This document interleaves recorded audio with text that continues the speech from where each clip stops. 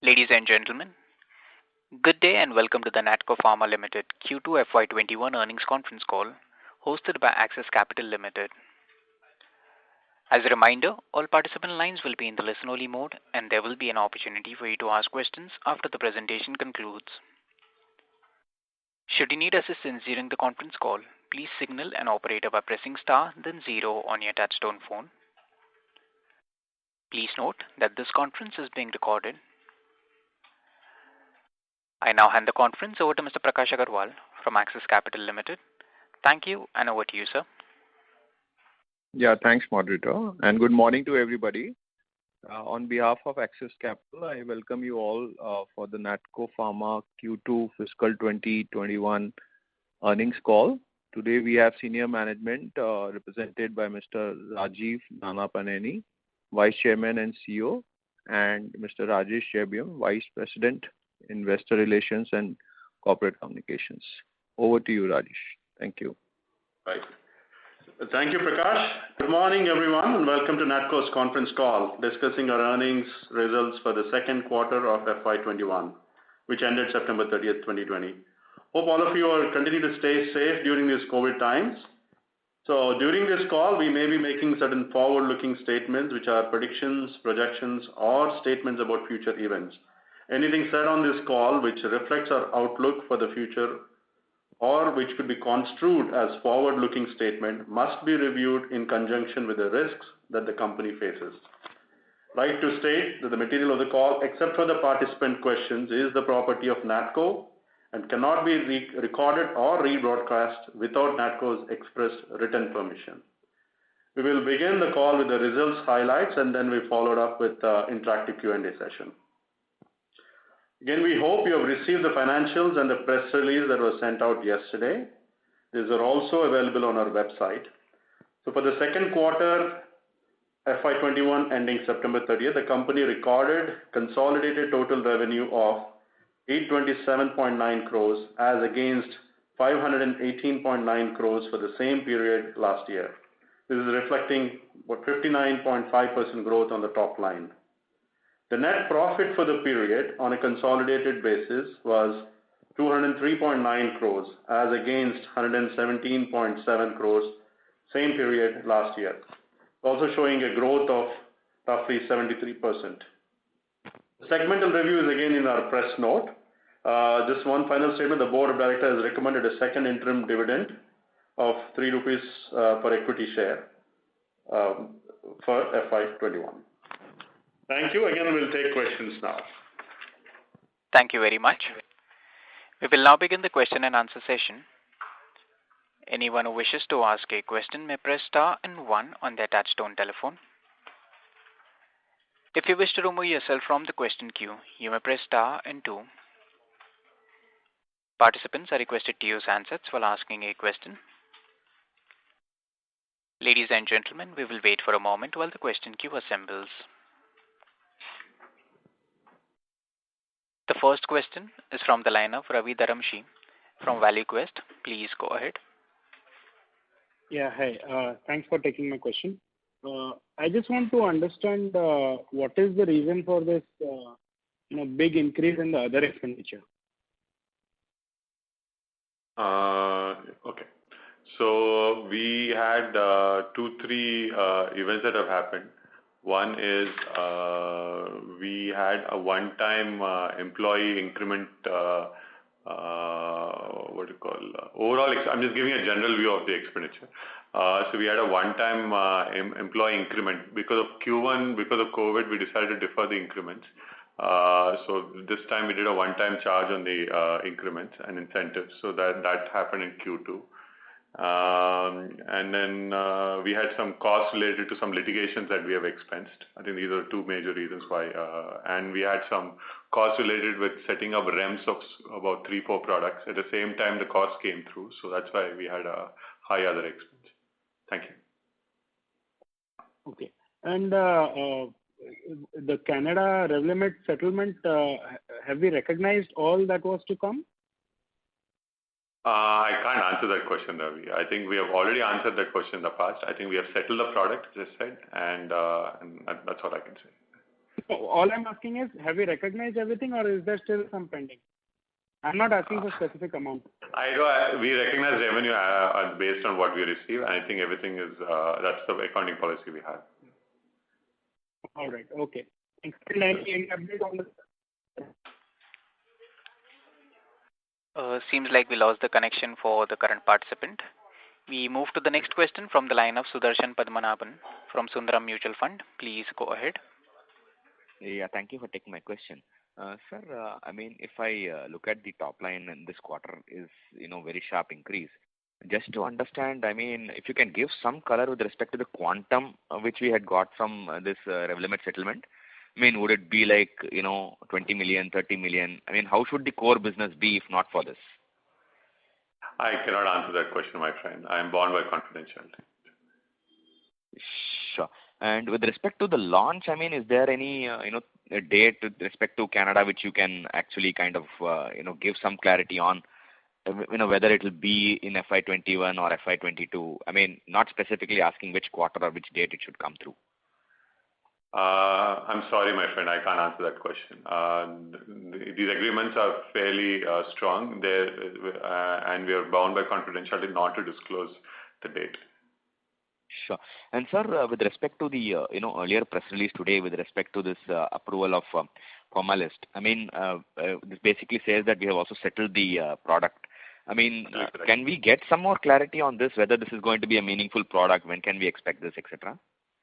Yeah, sure. I mean, as the press release said, we filed in the first wave, and I think we are one of the first to file. I think there are multiple generics. So far, 2 generics have been approved from what I've seen in the public domain. I think Eugia and Breckenridge are the approvals. So it's a very good product. It's a nice REMS product. It's nearly $1 billion in sale. And we got a full approval, so which is great. And second thing is we also decided we have decided to settle the litigation. Again, they have decided we kept the date of launch has been kept confidential, but we have settled the litigation as well. Sure. And sir, the same questions with respect to how much is if you can break the domestic business into primarily oncology, third party, and the hepatitis C, that should be pretty good for us. I think I'm not doing outright split for competitive reason, but overall I think the sale numbers of the domestic are reflected. But I'll just give you a flavor of what is actually going on. See, basically what has happened is I think we have struggled for 2 reasons in the domestic. One is that the hepatitis C sale has dropped, so that has played an impact. The second is because of COVID, number of people who are going to the hospitals for oncology treatment has been problematic. So we are seeing about 70 to 75% of the sale potential being realized because of lower hospitalization in cancer treatment. As you're aware, a lot of patients are deferring treatment of cancer because of COVID fears. And as you know, cancer treatment could also lead to immunosuppression, and there's certain concerns. It is, and it's difficult, and I think that's the reason why, our domestic revenue is a bit weak. But my sense is that it'll get better, I think, once COVID settles down. I think we'll be able to see an improvement. Okay? Thank you. Thanks a lot. I'll join back to you. Okay, thank you. Thank you. The next question is from the line of Sriram Rathi from ICICI Securities. Please go ahead. Yeah, thanks for the opportunity, sir. Firstly, sir, on looking at the revenue increase and EBITDA increase, it seems basically there could be more to the settlement income only in this quarter. So, I mean, is it fair to assume that you would have also supplied for Tamiflu initial supplies before launch or basically before this? I think this quarter has a lot of Tamiflu supply. So we fortunately won some very good tenders. See, basically of pandemic, what has happened is a lot of governments have stocked product. There are a lot of government supplies we have done, and a lot of private market supplies we have done. For example, we launched Tamiflu for the first time, and we're the first generic in Brazil, so that has been very good. We have got a good order from there. For that reason, the sub has done well. And we had very good government orders from Canada as well, so that we are supplying as we speak. So that has done well. And in the US also, we have stocked some material with our partner, and So basically I know the way we do the accounting is we bill the stock to our partner Alvogen, and once they actually sell the product, the profit share is recognized. I think if all goes well and the tender supplies go on time and everything goes well, assuming all goes well, then we'll be able to recognize the profit share, which the benefit of that you'll probably see in the Q3 and the Q4. So I mean, if you look at even our balance sheet in the past, generally Q1, Q2 tends to have lower margin because there's a lot of stocking that we do. And Q3, Q4 is when the actual revenue gets realized. Right. Okay. Thank you. Yeah, that's helpful, sir. That's helpful. Okay. And so just one more question on the agrochemical. I mean, this quarter in the segmental results, we see 1 million rupees of sales of agrochemical. So does that mean that we have launched any specific product in the market? And how should we look at that? What we have done is, I think, we have a portfolio of products which are all Me Too. Again, I'm not going to come and say that, these are blockbuster drugs, but products, so we have launched them. And so that what we can do is we have a field force and they're promoting these products. And they've started off with some modest sale. And as per the accounting standard, we have started showing this as a segmental income. But this helps us get going. But again, the pipeline, we have, one product that we already disclosed, which are awaiting approval. And once all the hurdles are cleared, so that's the big one that we're expecting now. And there's a couple of other blockbuster ideas as well, which are not articulated in public domain, but we also have. So I'm excited about this division. I think all goes well. I think once we get clarity on the regulatory and other issues, I think we can probably give us some upside. But what we have done essentially is start the setup and start the marketing. Okay. Got it. Thank you, sir. Thank you so much. Thank you. The next question is from the line of Ashish Thakkar from Motilal Oswal Asset Management. Please go ahead.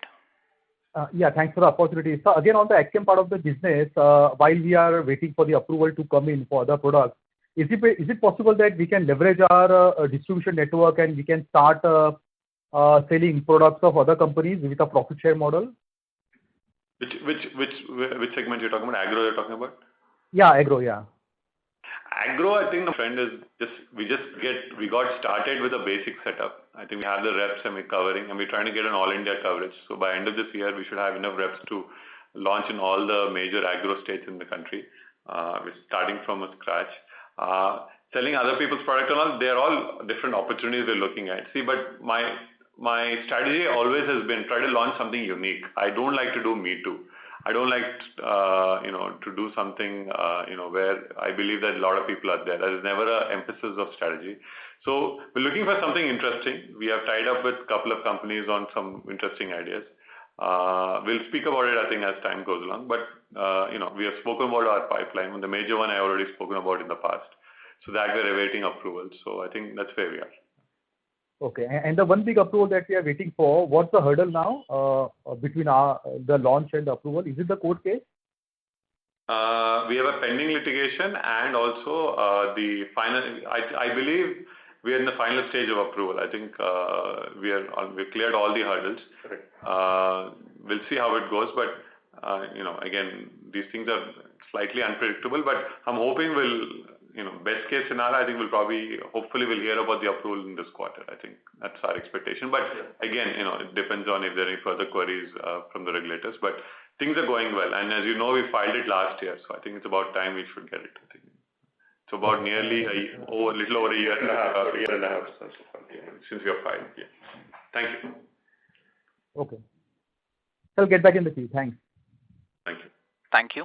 The next question is from the line of Kunal Mehta from Vallum Capital. Please go ahead. So thank you for the opportunity. I have two questions. First, regarding the India business. So we've been hearing from a lot of hospital chains and a lot of even small entities, say tier 2 entities or smaller size entities, that the onco business has recovered for them.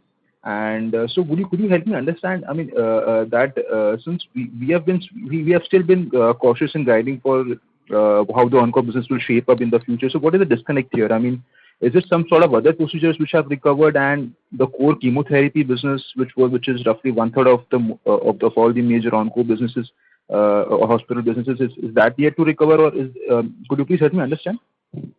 I think again, different people have different portfolios, so I can't judge what other people are doing. But I can only speak about myself. See, we are the largest player in this business. And I think what I've seen is, I think oral business has held up, but I think the chemo business has not done very well. And we are probably at 70% or 75% of the original sale now. So the sale has been very, see, you should understand the sale of the onco products happens in the big metros. And if you see, most of the sale happens in Delhi, Mumbai, Chennai, Hyderabad, and Bangalore. If you take these 5 cities, that represents majority of your sale. And if COVID comes and affects other segments of the hospital, then it has an indirect impact because patients here are compromised. So the high amount of reluctance. They're okay with taking oral, but there's a lot of reluctance to take chemo. At least this is our experience. I don't know the other people's experience. I obviously they can speak for themselves, but at least this is our experience that it's not come back to the same level. At least that's my personal experience. And I think in pharma, if you see, like if you look at antibiotics, if you look at pulmonology business, because of the lack of interaction with people going out, there's been an impact and deceleration in sales. So certain segments have certainly been affected. Except for my sense, just to conclude the thought, except for cardio divertology, which has done extremely well, I think other segments have seen different level of decline. Understood. So safe to say that we have not lost any major market share as such. I mean, I'm not sure how do you track the market share because the data is not available. But so we have not lost any market share on the onco side. That will be safe to assume.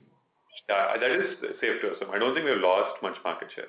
And I think, but the only issue is the hospitalization rate has not been as strong as pre-COVID. I think this is our experience. Yeah. Okay. Sure. Sure. Just and fine. One last question on my side. When I compare your numbers for the same quarter last year, and I see that the export revenues have shaped up pretty well, and of course there's this element of settlement income of Revlimid Canada being recognized. But when I see the corresponding jump in profit, I'm sure just to take a normalized, assume a normalized figure for Revlimid Canada, it's still, the jump in profits could have been far better than given this sort of top line numbers. So is it the reason that since we have just booked the manufacturing margin for Tamiflu and the profit share would come later, that is the reason that the profit numbers are a bit lower than what they could have been? Yeah, that is one reason. And then we had a lot of one-time costs attached to the REMS. See, if you want to set up a REMS in the US, just giving you an example. See, if you want to set up a REMS product for a particular REMS, it costs at least $3 to $4 million, And so when you are closer to approval and you're trying to launch a product in any particular market, and see, we decided to do specialties. When you do specialties, you have to spend on REMS. If you want to spend on REMS, then you got to do the upfront cost of $2-3 million setting up REMS. And the way we do our accounting, I don't capitalize these expenditures. I expense them on the spot, So that's the reason why you have these one times. And a lot of these one times happened this quarter. But, but it is what it is, right? So when you want to do a specialized product which requires specialized marketing, you need to spend that extra money. So it's the nature of the way our portfolio is. And I know it's little, there are other expenses. As a gentleman, I don't recollect the person who asked that question, but other expense column also is very high. But these are all, a lot of it is one time. I think when it normalizes, then the base profitability that you see, reduction that you see in this quarter will be normalized. Yeah? Thank you. Got it, sir. All the best for the Revlimid TAT date, December. Thank you. Thank you. The next question is from the line of Shubhrata Sarkar from Mount Intra Finance. Please go ahead. Sir, just a small question. In the last Q1 con call press release, we have guided for 20 to 25% PAT growth. So, but this in Q2 press release, there is no repetition of that. So, have we changed that? Do you have anything to add on that, sir? No. I think as of now, if things go well, obviously when we make positive statements, we make certain assumptions. As of now, if you ask me a straight question, I think we should be able to meet that. I think 20 to 25 is reasonable. And I think if you look at the first half of the numbers, I think, we're almost there. I think we already achieved, nearly more than 320 crores of profit. So I think we should do well. I think so it is all subject to, of course, how the next 2 quarters go. And I think the Tamiflu tenders also, the deliveries also would be one major factor. But putting that as a major factor, yes, I think we should be okay. I think we should be able to deliver the number. Okay. But sir, isn't that given this H1 results, sir, is there a greater possibility that we actually surpass that target, sir, like guidance that? See, I think we have done well, and I think this is our expectation. See, basically, I make certain assumptions on it, so I think this is our expectation. I think that's all I can say. Okay. Okay, sir. Perfect. Thank you. The next question is from the line of Shanti Patel from Shanti Patel Investment Advisors. Please go ahead. Yes, sir. I wanted to know what will be our revenue for the year ended 31st March, approximately, and as on 31st March next year. If you can, give some light on that. You're saying, I think 31 March. You're saying 21 March. You're saying financial year ending 21 March. First March 21 and thereafter March 22. Okay, all right. So let me speak about things which are relatively sooner. I think March 21, our expectation is that we should do about 2,400, a 20% growth. Is what our expectation is on the top line and on the profit. 22 and all, we'll talk about it, I think, once 21 ends. And I think the big factor in 22 will be the Revlimid approval and launch, because that is slated in 22.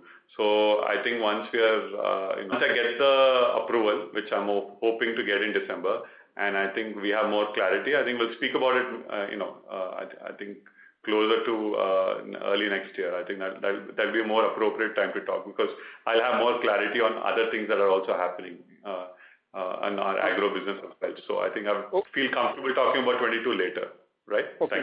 What about our debts? Loan. What will be can you give some I'll answer that question. I think I can speak about what we have as of today. As of September 30th, 2020, our total cash and cash equivalents, including bonds, fixed deposits, bank deposits, everything together, liquid shares, is about 1,065 crores is the cash and the cash equivalents in the books. Okay? And the total debt that we have is about 431 crores, of which actual borrowing is about 105 crores is short-term working capital borrowing. 320 crores we did for accounting, where we have sold a receivable, our export receivable, which is of our export receivable. So that's where we are. Okay. Thank you very much. Thank you. Thank you. Thank you. The next question is from the line of Dinesh Pathak from Goldman Sachs. Please go ahead. Thank you. So this other expense you said is because of some REMS set up in US. So, but I thought we sell through partners and partners would be incurring that cost. So can you just explain that part again? I think some REMS, like the earlier REMS, we had through partners, but the newer REMS we are sharing. See, we have about 5 REM products that we are doing, and I think we publicly disclosed, lenalidomide. We have lenalidomide in Canada. We are doing pomalidomide in Canada. We are doing pomalidomide in the US. We are doing bosentan in the US. I'm just giving you a flavor of what we're doing. So in these newer deals, we are putting up most of it because we're getting a higher profit share in the newer transactions. No, so we are putting up most of the cost, or a major portion of the cost. So which is the new REMS product launch in the US? Or this is in anticipation of Revlimid? I only gave you a flavor of the REMS products. So we have different expenditures for setting up different REMS for different products in different territories. Okay. And one other question is on AgChem. So what is the total capital deployed as of now, and how many marketing employees you have in that division as of now? As of now, I think Rajesh will answer that question. I think total capex we have spent so far this year is about 31 crores. Overall, I think we spent about 140. 140 is roughly the capex that we spent. In terms of employees, asset, it shows 175. That will be a fair representation, right? The segment asset. So, you get me so precisely. I guess that you are more precise. I'm giving you a ballpark number. Yeah, in that region. Okay. Yeah. So I'll go with what you said. I don't have the numbers on hand. Yeah, it sounds about right. Yeah. Okay. And in the marketing division, how many people you have in there as of now? Yeah, on the marketing, what we have done is broadly, we're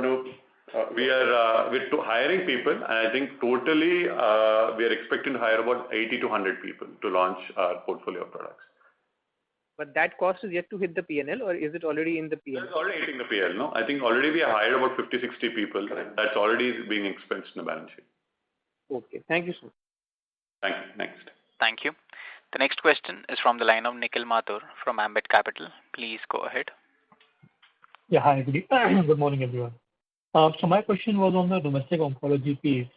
If I remember correctly, till about first quarter, there was some bit of pricing pressure that was in place in domestic oncology, and this pricing pressure had kind of emanated from the regulations on trade margins that had been implemented somewhere towards the end of FY19. So is there an element of further pricing decline that is being witnessed still in this particular space? I think we spoke about this in the past. I think, again, just sake of reiteration, I think the two challenges we are facing, COVID and the pricing pressure to price control. That, I think, is an issue that we faced last year. I think that issue has settled now. And now the issue that we're facing is COVID. I think that's probably the two big reasons why we've seen, lack of growth in our domestic business. I think this has been affecting us. Okay. And secondly, on the API business, so first quarter was good, and please correct me if I'm wrong, there would have been some bit of fluoroquine contribution in first quarter in the API sales. Second quarter, again, the number is quite good on a sequential basis. You have been able to grow your API sales as well. So can you give some color? Is this a new base you're working with, or there's some element of stocking that is happening at the customer end? It's not a new base, my friend. I think most of the API sale about, I would say, I don't recollect the number now. You hold me to a number, I don't recollect, but I think good portion of the growth has come from the Tamiflu stocking quantity. And these are all one-time orders based on how you're getting your tenders and all. So will it play out sequentially? The answer is no. But will it affect profitability? The answer is no, because the margins are relatively lower on this. Okay. So basically, all right. I get this. Thank you so much. Okay. Thank you. Thank you. The next question is from the line of Kunal Randeria from Edelweiss. Please go ahead. Hi. Good morning. So, Rajiv, how has the pricing been on Tamiflu tenders this time versus last year? I think different countries are different. I think it's reasonable. It's not. That's a very tricky question. Is it as good as what it used to be in the past? The answer is no. But it's reasonable. I think on volume we might make money. So. Okay. And just secondly, you briefly mentioned this, but since you have a date confirmed launch for Revlimid in March 22, so would you be sort of only booking cost plus in that quarter and then profit will be coming the next year? I don't know, my friend. I think when we're closer to that launch, I'll answer that question. It all depends on how Teva and how will they give the profit share. I don't want to answer that question now. I think we'll answer the question closer to that date. Fair enough. Just one more question. Okay, the standalone gross margin has come down a fair bit. So is it fair to assume because of their business mix and your higher API, lower domestic, as well as the fact that you spent a lot of time with this time, so that's the reason your gross margin was lower? Yes, and the REMS costs all are playing a role. Okay, but REMS cost, would that impact gross margin? It'll impact the other expenses. Okay, so the gross margin then should now trend back to those historical levels, right, in the coming quarters? I think so. I think a lot of the one-time costs we have already done, so I think it should come back. Okay, perfect. Thank you. Thank you. The next question is from the line of Sharan Pillai from Allegro Capital. Please go ahead. Hi, thank you so much for the opportunity. I joined the call a little late, so if you could just reiterate what contributed to a significant growth in the quarter? Can you say that again, my friend? I didn't catch your question. What contributed to what? I'm sorry. Sorry, the growth that we faced in the quarter, could you just reiterate what contributed to that? What contributed to growth in earnings? I think it's there in the public domain. It's already available. Look at the press release. It's already there. Yeah. Okay. Perfect. The split of the revenues and all is already there in the public domain. Yeah. Thank you. Okay. Next question, please. I have okay. Can I ask another? Go ahead. You want to ask something else? Go ahead. Yeah. We just put out a press release saying that we got approval for generic Pomalyst.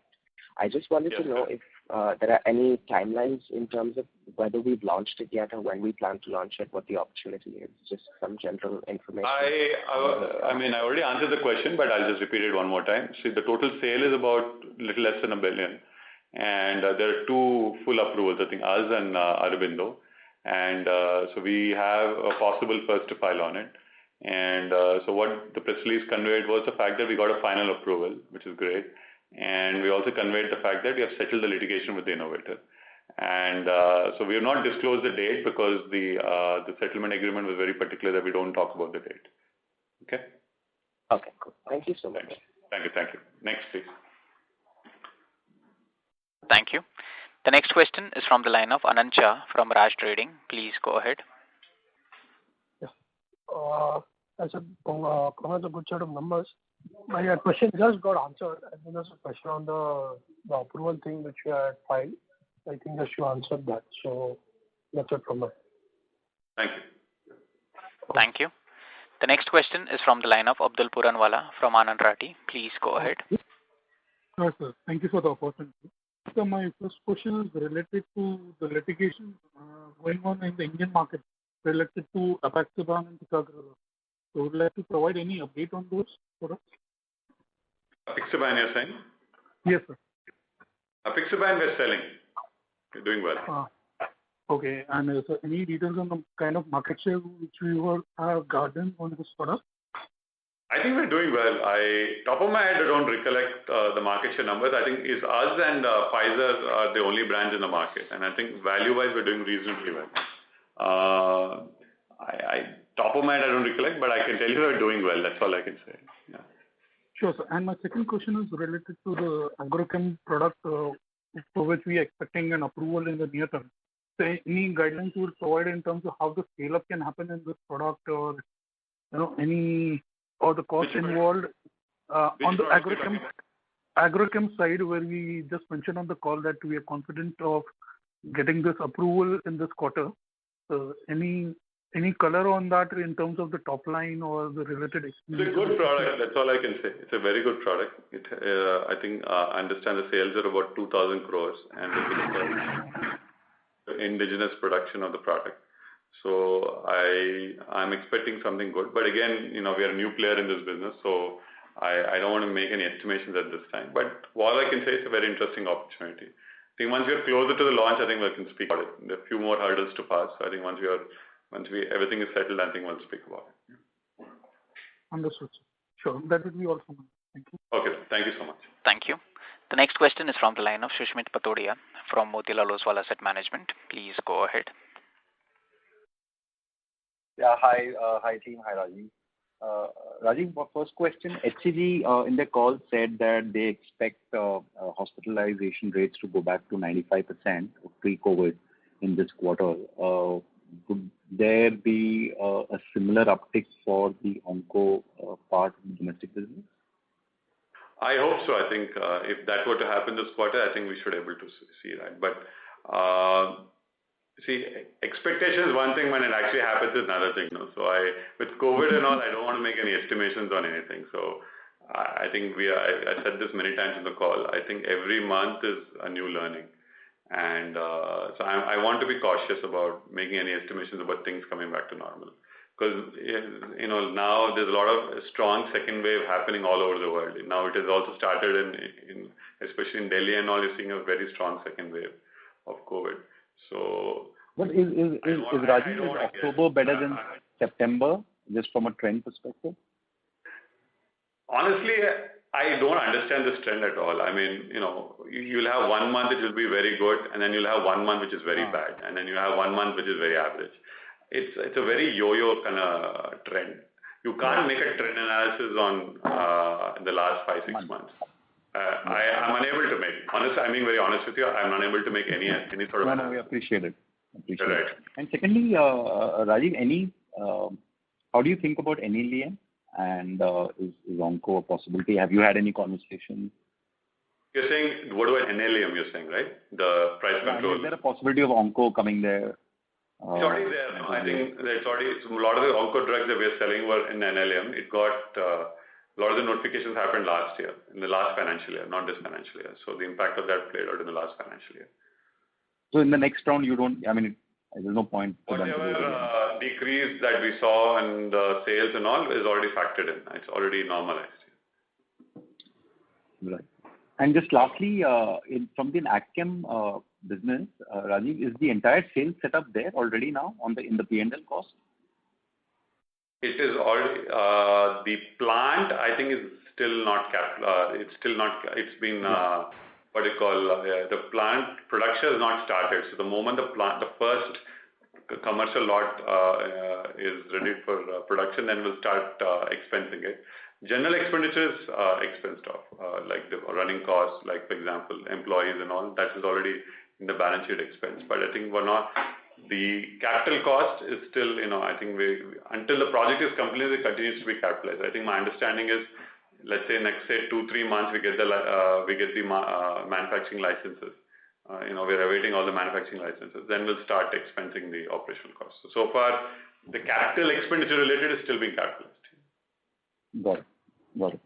Thank you, Rajiv. Wishing you a very happy Diwali and to your team as well. Yeah. Thank you so much. Same to you. Thank you. The next question is from the line of Kartik Mehta from Clay Securities. Please go ahead. Yeah, hi. Just wanted to understand, this will not be a typical Tamiflu season there. So how do you see the response now? And usually it is from end of November till probably end of Feb or mid-Feb is when the sales are at its peak. So in terms of early trends, and this is in particular only to the US market, how do you see this? And would you throw some color on competition or in terms of expected market share, similar lines as past years? Thank you. Honestly, I'm not very excited. I believe that the retail opportunity is not so strong. I think we're doing better in Brazil and Canada compared to US. I think if there are any tenders, like government tenders where you have a fixed price and a large quantity that they're buying, then there's something interesting, which is what we're betting on. I'm not very excited about retail, Karthik. I think there are already enough approvals, and I think it's fairly competitive. I'm not very excited. And I think there's a lot of behavior change in the among people. Like, people used to go around freely and pick up, small colds and viruses but now I think that behavior has changed. A lot of sanitization, a lot of masks. So I would go out and say that there'll not be that many people who will get sick. Again, I'm not I don't have a crystal ball. I don't know, but I would err cautiously and say that the potential is not so good in retail. I think that's the feeling I have. But again, I stand to be corrected with time. Yeah, which is fairly understood and appreciated from a company's perspective and from an individual's perspective.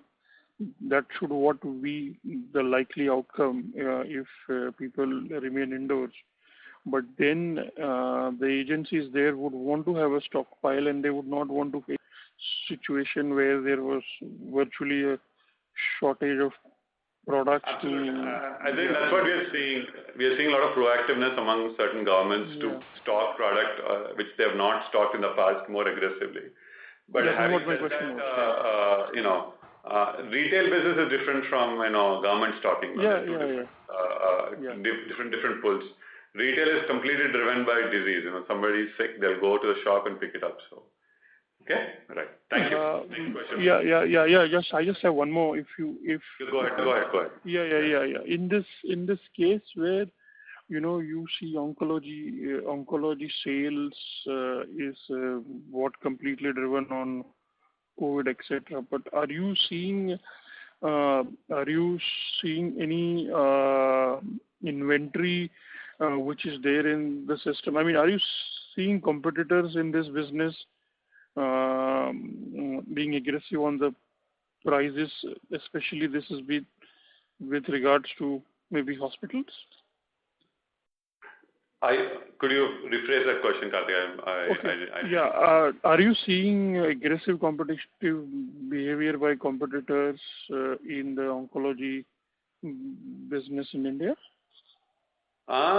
Yes and no. I mean, obviously there's always aggressive competition in India, but relatively, it doesn't decline like the US because there's an element of brandedness in this business, right? Because you're having a branded. So declines are not as sharp as, let's say, a generic business like in the US. But that's always there, no? I think that challenge you always have in this business. But relatively, qualitatively, I think India is a much better business when you see decline because of the branded generic nature of the business, the declines are not as sharp. Yeah. Okay? Okay. Thanks, Rajiv. Thanks, Rajesh. Bye. Thank you. The next question is from the line of Kashyap Karthik from Blue Tree Capital. Please go ahead. Thank you for the opportunity. Rajiv, 2-3 questions. One, profit share from the settlement. Have we completely recognized with Canada? Have we completely recognized this quarter or some more yet to come? I'm not going to answer anything about the settlement, my friend. The agreement is very clear that I should not talk about it, so I will not answer that question. Okay. And not even about the launch date? I'm sorry, my friend. I can't answer that question. I mean, I know I'm trying. It's not like I'm trying to avoid your question, but I'm bound by the confidentiality. I cannot answer that question. Sure. Second question, Rajiv, is Lotus Pharma has got a tentative FDA approval on Revlimid. I mean, they filed much later than us and have still got tentative approval. So, I mean, have we got some indication from FDA now at least saying, your thing is on the way? Yes, I think they have got approval before us. That's absolutely correct. And we had issues in our files, so which we had to correct, which obviously took us time. But we think we have addressed all the questions, and we have a tag date in December. So I'm hopeful that we get the approval. Us getting a late approval itself doesn't impact our financially doesn't have an impact because we have a contractual launch date. Which is already there. So there's no impact on us financially. But having said that, yes, I'm hoping we'll get the approval. I think we've answered all the queries. And it's also a good sign that somebody else already got an approval, which means that the REMS and everything is set. So I think I'm actually, in a way, more positive that I think it should happen this time. Yeah. Got it. So, third question, Rajiv, sorry. Congratulations on the pomalidomide approval. If the patent expires 2024 in US, Rajiv, so is it a reasonable estimate that we see a launch in FY22? I can't answer that question, my friend. I can't answer that question. I'm sorry. It's bound by confidentiality. The only thing about that is we got a final approval and that we settled the litigation with a confidential launch date. Got it. And that US FDA approval is done for that? Yeah, it's there. It's there on the website also. The final approval is there. I think this ANDA is on our partner's name, so it's listed as Breckenridge Pharmaceuticals. Sure. So then, Rajiv, I'll ask a very broader question. I mean, we have like 3-4 molecules, right? Bosentan, Nixavar, everolimus, lapatinib, pomalidomide. Can we at least expect, don't tell us the date, but can we at least expect the launch of these 4 molecules or FY22 or FY23? I mean, in the next 2 years, at least just from our visibility perspective. Don't tell us the year or the date, but at least tell us if it's going to launch in the next 2 years. I can't answer. See, what I can tell you, as you rightly said, these are all exclusivities that we have. As you rightly said, Nexavar, we have sole FTF. Carfil, Zomib, we also have a settlement where we have exclusivity on one strength where we have sole FTF and other 2 strengths we have shared FTF. Another bigger strength we have shared FTF. And, then we have pomalidomide, then we have lapatinib, we have sole generic. We've launched this on last week of September. So we have all these smaller products and some big products. In terms of launch date, I think sometimes people tend to be open with their agreements. For example, lenalidomide, we actually are able to come out and say we're launching on this particular date. But sometimes in certain agreements, they're very particular that we should not say the date. And a lot of the newer agreements that we're doing, innovators are insisting that we should not come out and say the date. And that's the nature of the business and that's the nature of the confidentiality. I know it's frustrating, but it is what it is. I can't help you there. I think we can only say that, that they'll happen. That's all we can say. Yeah. Thank you. Okay. Sure. Thanks. Thank you. The next question is from the line of Nikhil Mathur from Ambit Capital. Please go ahead. Yeah, hi. Thank you for the opportunity again. My question was on Copaxone. So what we have been also reading is that a competing oral drug in this therapeutic area, Tecfidera, a lot of approvals have been given, certain launches have happened, the launches are happening after this as well. Does this have a bearing on Copaxone's volumes and pricing? The reason I ask so is that Tecfidera is an oral solid, it targets multiple sclerosis, and possibly the patient compliance can be better in this particular product, and with competition coming in, the prices might go down. So have you picked up any indications if this is eating into Copaxone share sometimes? I have not seen much reduction in demand. I can't answer that question because I'm not aware of an impact as yet. I don't have an answer to that question. But so far the volumes have been fairly stable. I think we're doing well with the market share, and I think I would like to say that we're doing well. So as of now, I can't answer that question. I have not. I think that's the best way I can say that. Okay. And second question. I mean, Natco has a strategy and has been following this strategy over the years of doing limited competition products, of first to files, entering into settlements with the innovators and all. But there has been also over the last 2-3 years growing activism in the US on pricing. I mean, whether be it explicit price rigging allegations or even on the settlements, there have been allegations that generic companies along with innovators haven't been fair in terms of what prices have been, the products have been launched at. Do you believe that given the so much of activism around pricing, your estimates on pricing of certain limited competition products that you would be launching, what estimates you were having 3-4 years back, that might have come down a bit? Not really, no. I don't think so. I think estimations and all are, it depends on how you want to estimate. If you're estimating conservatively, then I don't think you have a problem. You estimate a little more aggressively on the erosion, meaning that you take. I mean, to be honest, I'm a fairly conservative person. I think my estimates that I make for my earnings are fairly conservative, and I think we always try to do more than what our own estimate is. And the political environment and all, I mean, I can't really answer that question. But to answer your question, I'm not. I have very conservative estimations, so I'm not. I'm always positively surprised, not negatively surprised. Okay, so Natco as a company isn't really worried about so much of activism around pricing, be it on settlements as well.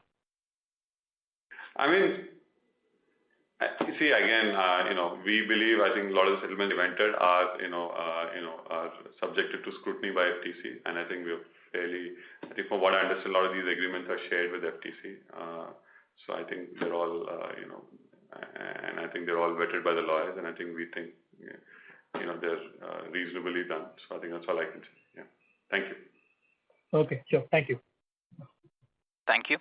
The next question is from the line of Kunal Mehta from Valum Capital. Please go ahead. Thank you for the opportunity. Could you just give a status on the litigation of CCPR? The status as it stands as on today? Your question is, what is the status of the everything? Yeah. It's pending in Delhi High Court. The injunction hearing is on documents. Oh, okay. And there's Rajeev, can you please review the names you mentioned for the products to the previous caller regarding the REMS for which we have done in different markets, US, Canada? Yeah. You mean the REMS product you're saying, or generally our products? Yeah, the products for which we have instituted the REMS and incurred a cost for the same. I think I've just answered a general question. I think one was, I said I have multiple REMS products. I think one product lenalidomide was one REMS product, and then I said pomalidomide US was one REMS product. Lenalidomide in Canada is another REMS product. Pomalidomide in Canada is another REMS product. And then I said Bosantan is another REMS product, which we have and we have a first to file on a new formulation of Bosantan. These are the bigger ones. Got it. Thank you very much. All the best. Thank you. Next, please. Thank you. The next question is from the line of Rohit Balakrishnan from Vriddhi Capital. Please go ahead. Yeah, hi, Rajesh. Just two questions. So, on this Canada settlement, so is there a launch? I don't want to date anything, but just want to understand, is there just a one-time settlement or there is going to be a subsequent launch also? I cannot answer that question, my friend. I think we have already said that in the earlier comments that people have asked. We have settled the product and we have a launch date secured through the agreement. That's all I can say. Okay, got it. And in terms of Nexavar specifically, so I saw that your ANDA has been, it shows discontinued. Has something changed? Just want to be, should we be worried about our impending launch? Just wanted to understand that. Whatever you can share. What is your question? I didn't understand the question. Could you phrase that question again, please? So, what I saw, was that I think your ANDA for Nexavar shows as discontinued. So, just want to understand that has Mylan's sold the ANDA to another company, or is there something that we need to be worried about? This is on Nexavar specifically. It's on the website you're saying. We just got an approval recently. Till recently we have not we had a final approval recently. It's not discontinued per se. I don't think we have discontinued the ANDA. No, I think I don't know why it's listed like that on the website. I think maybe because I'm only speculating again. I don't have an answer to that question, but maybe because we have not sold the product so far. So I think maybe that's why it's not reflected. But I'll just get it. I'll get it verified. I'll just find out what's going on. Yeah. Okay. Thank you. The next question is from the line of Sriram Rathi from ICICI Securities. Please go ahead.